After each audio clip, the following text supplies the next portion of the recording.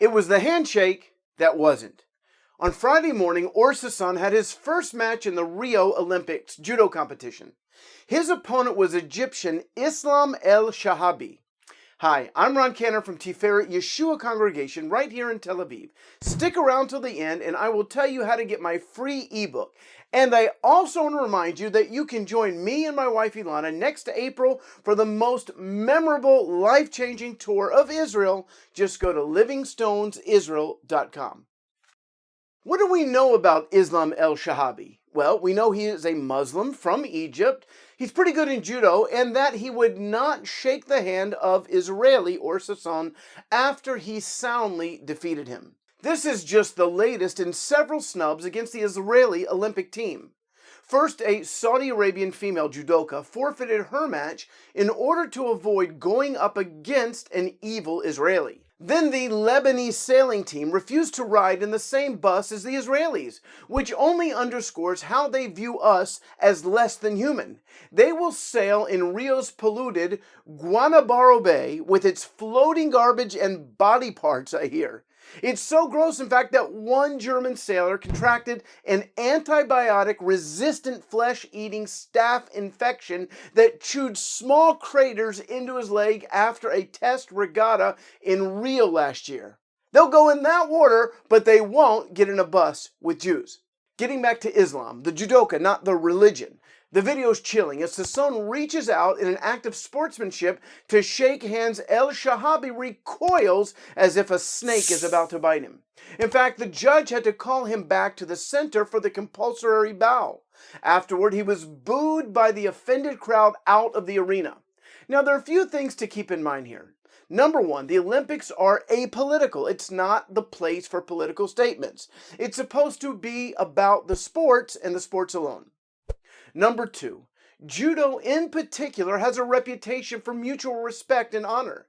It's built into the game. When asked if she would fight MMA, gold medal winner American Kayla Harrison said, after a match you shake the person's hand and you give them a hug and you bow to them to show respect. In MMA, it's not like that.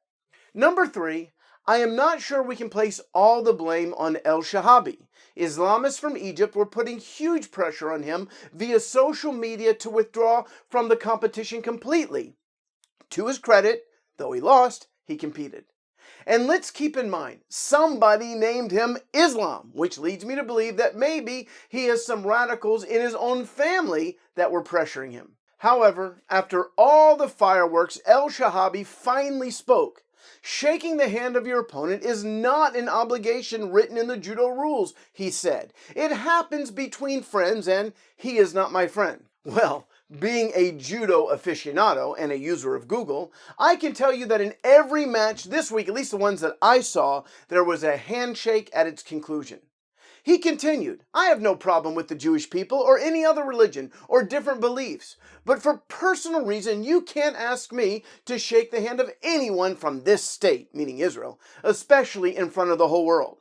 Actually, we can. It's called sportsmanship. And come on, Islam. We've had a peace treaty with your country since 1979, when we gave you back the entire Sinai Desert. He went on to accuse Or Sasson of intentionally seeking to embarrass him with a handshake. Really? By honoring you after he schooled you, you are saying that he sought to embarrass you? That is like the rapist blaming the victim. Fortunately, we will not have to deal with Islam's antics again, as he quit the sport completely later that day. Sadly, the bigger problem within Islam is here to stay. As a friend of mine, Modi Vaknim, posted online, 100 years of history in the Middle East can be summed up in this one picture.